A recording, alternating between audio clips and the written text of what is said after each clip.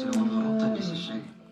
إلهي بوحد لي كالو يدري إلهي بوحد لي حتى واحد الشيء كالو حتى يكون حماته على يدري صوتها ما تقول سنة واحد الشيء وحد ما تقول يدري كالو ما شيء أنا ضربت ما شيء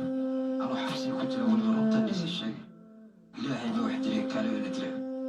إلهي بوحد لي حتى واحد الشيء كالو حتى يكون حماته على يدري صوتها ما تقول سنة واحد الشيء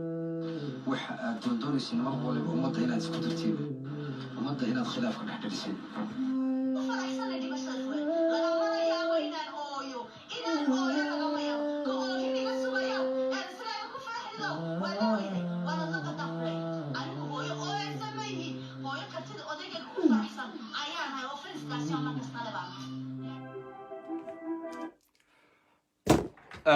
السلام عليكم ورحمة الله وبركاته.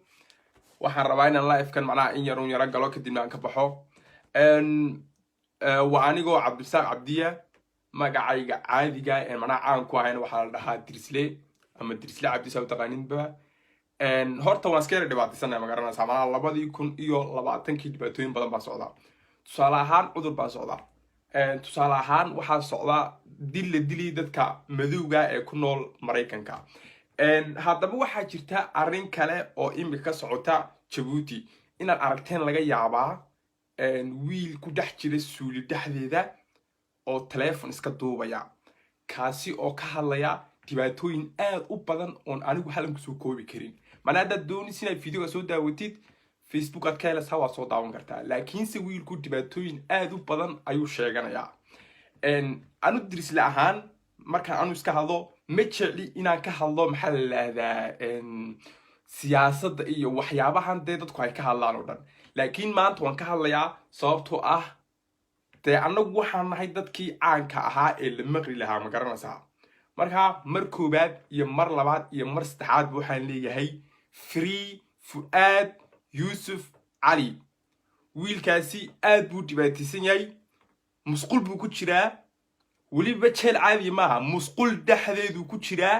uu dhibaataysan yahay anigoo Dirsle ah waan u kacay waan u hadlayaa dadka dhibaataysan oo dhan uu ka mid yahay Fuad Yusuf Ali waxaan leeyahay wiilkaas ha laga saaro meeshuu ku jiro ha loo soo celiyo wax walba sidiisii hore uu ahaa markiisii hore ha laga dhigo mishaarkiisii ha loo soo celiyo ha loo kaco reer Djibouti oo dhan maanta reer Djibouti oo dhan laalaya u kaca waxaad samayn kartiin u sameeya banaanbax baa jira la yiri anu wadankii ma joogo ma garanaysaa laakiin banaanbax baa jira la yiri banaanbaxa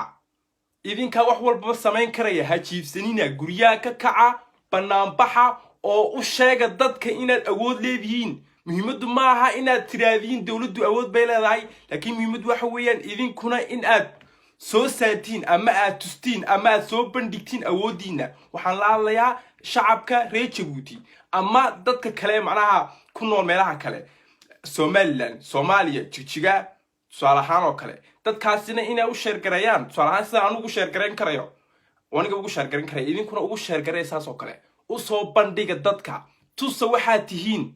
ma garateen marka aanu ma rabin inaan si hadlo waxyaabo badan ka hadlo waxaan rabay kaliyaata